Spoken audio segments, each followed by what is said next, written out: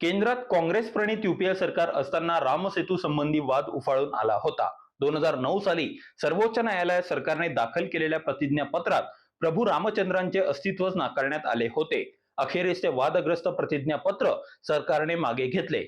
हे सगळे गोंधळले पण होतेच, पण हिंदूंच्या भावनांशी खेळ करणारे होते. यावरून काँग्रेसची हिंदू विरोधी भूमिका स्पष्ट झाली होती. हे सगळे आठवण्याचे कारण म्हणजे काँग्रेसचे माजी खासदार संजय निरुपम यांनी काँग्रेसची हिंदू विरोधी भूमिका पुन्हा पुढे आणत प्रश्न विचारले आहेत.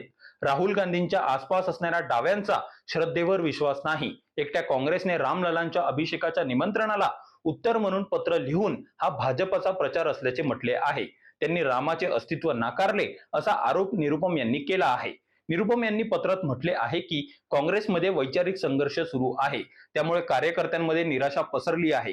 काँग्रेस पक्ष हा पूर्णपणे दुभंगलेला असून त्याची विचारधारा दिशाहीन झाली आहे. येणाऱ्या काळात अनेक गोष्टी नष्ट होतील. काँग्रेस म्हणते की हा धर्मनिरपेक्ष पक्ष आहे, यात काही गैर नाही. गांधीजींच्या धर्मनिरपेक्षतेमध्ये कोणत्याही धर्माला विरोध नव्हता. नेहरूजींच्या धर्मनिरपेक्षतेत सुद्धा बरोबर व चूक अशी गोष्ट होती. पण आज नेहरूंची धर्मनिरपेक्षतेची विचारधारा संपली आहे, पण काँग्रेस हे मान्य करण्यास तयार नाही. सध्या काँग्रेस पक्ष डावी विचारधारा घेऊन वेगाने वाटचाल करत आहे. त्यांनी स्वतःला संपवले आहे. राहुल गांधींच्या आसपास डाव्या विचारांचे लोक आहेत. हे लोक अयोध्येत रामाच्या उपस्थितीला विरोध करतात. त्यांचा श्रद्धेवर विश्वास नाही. रामलला विराजमान कार्यक्रमाला अनेकांना आमंत्रित करण्यात आले होते. त्यानंतर सर्वांनी आदराने पत्र मिळाल्याचे व वेळ मिळेल तेव्हा येण्याचे प्रत्युत्तर दिले. या उत्सवावर कोणीही प्रश्न विचारला नाही, पण काँग्रेसने एकट्याने हा भाजपचा कार्यक्रम असल्याचा अपप्रचार केला. एक प्रकारे त्यांनी रामाचे अस्तित्वच नाकारले. आता निरुपम यांच्या आरोपाच्या निमित्तानं खरोखरच काँग्रेसची भूमिका तपासून बघूया. स्वातंत्र्योत्तर काळापासून हिंदू विरोध हा काँग्रेस पक्षाचा अघोषित अजेंडा राहिला आहे. काँग्रेसच्या डीएनए मध्ये भिनलेली हिंदू विरोधी मानसिकता त्याला कारणीभूत आहे. आयपीएस अधिकारी असलेले के.एफ. रुस्तमजी हे पंतप्रधान नेहरू यांच्या सुरक्षा व्यवस्थेचे प्रमुख होते. त्यांनी आय वॉज नेहरू शॅडो या नावाचे एक पुस्तक लिहिले. त्यात मंदिरे, हिंदू धर्म इत्यादी बाबतीत नेहरू यांची भूमिका कशी असे याची उदाहरणच दिली आहेत. रुस्तमजी लिहितात की 1954 साली मद्रासच्या दौऱ्यावर असताना नेहरूंनी मदुरा येथील मीनाक्षी मंदिराला भेट दिली. मंदिराच्या गर्भगृहात पुजाऱ्याने त्यांना प्रसाद दिला आणि देवाची पूजा करण्यास सांगितले. तेव्हा नेहरूच्या चेहऱ्यांवर नाराजी मला स्पष्टपणे दिसली.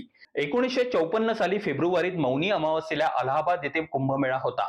त्या दिवशी लाखो भाविक गंगेत डुबकी मारतात. नेहरूंनी देखील आस्थेपोटी आणि गंगेविषयी असणाऱ्या जिव्हाळ्यापोटी तसे करावे असा आग्रह लाल बहादूर शास्त्री यांनी धरला. मात्र नेहरू बदले नाहीत. आपण एरवी कधीही गंगेत डुबकी मारो, पण कुंभमेळ्याच्या दिवशी नाही असा पवित्रा नेहरूंनी घेतला.